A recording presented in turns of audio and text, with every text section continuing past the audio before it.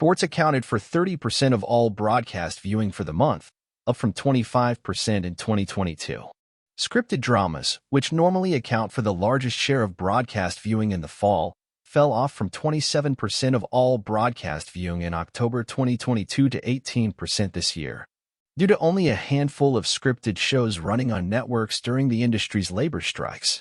Viewing of sports and news on cable were up over September, but overall cable lost a few tenths of a point in its share of viewing, slipping to 29.5%.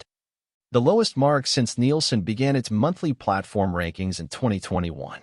Streaming also fell off, losing 0.9 share points to finish at 36.6% of use.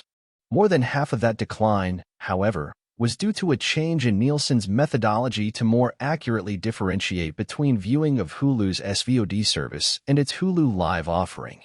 Viewing of broadcast or cable programming on the latter service is credited to those platforms rather than streaming. As a result of the change, Hulu's SVOD service fell from 3.6% in September to 3.1% in October. The central character in this story, set in 1977, however, is Jo. Well played by Alixzandra Dove, who also produced, a female pilot frustrated over the prevalent sexism that prevents her from rising higher in her profession. Jo flies for Sky's the Limit, a small charter airline she runs with her fiancé Richard, David Sheftell, but the company's snooty clients tend to prefer males in the cockpit. When Jo receives word that her grandfather Bert, Grease 2's Maxwell Caulfield, seen in flashbacks, has died, she returns to her native Hawaii for the funeral and to console her 80-year-old grandmother Wendie Malick. There she reunites with her childhood friend Zach, Laird Accio, who has grown into a strapping young man. She also discovers that her beloved Melly is suffering from odd memory lapses and hallucinations, which are soon diagnosed as symptoms of Lewy body dementia. Melly begins referring to Jo not by her real name but as Pidge, and to her late husband not as Bert but George. These are clues, folks. She also makes references to having once been an airplane pilot and having crashed. Eventually, Jo realizes that her grandmother may not simply be suffering from dementia but may have also once been a world-famous figure, and with Zach's help seeks to discover the truth.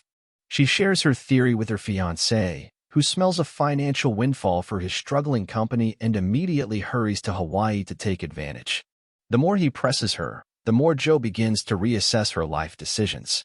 Director Glazer leans into the languid rhythms of her setting, letting the story proceed at an unhurried pace that allows you to soak in the gorgeous atmosphere. The obviously low-budget film benefits greatly from the Hawaiian locations. It was shot in Oahu and Molokai and will instantly make you want to book a vacation there, and its immersion in the area's customs, including an ocean funeral conducted by mourners on surfboards and beautiful music played by local musicians. The screenplay by Colette Friedman isn't always subtle, but succeeds in getting you caught up in the mystery of Melly's. The name is another clue, actual identity. But the film wouldn't work as nearly as well as it does without Malick, who projects both touching vulnerability and steely strong-mindedness.